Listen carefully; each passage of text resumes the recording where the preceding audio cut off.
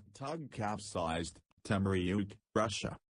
Pusher tug PRIBOY, berthed at Pier 2, Temryuk Port, Russia, Azov Sea, in the morning Jan 17 was reported to take on water via breaches in ballast tank, forepeak and engine room.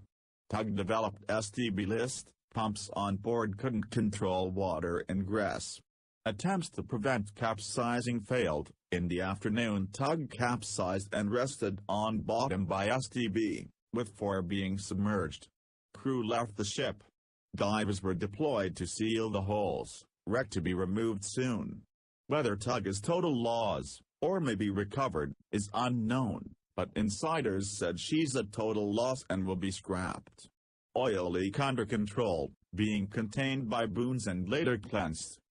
Pusher tug PRIBOY, IMO 8,927,711, GT 837, built 1992, flag Russia, owner OJSC DonRechFlot.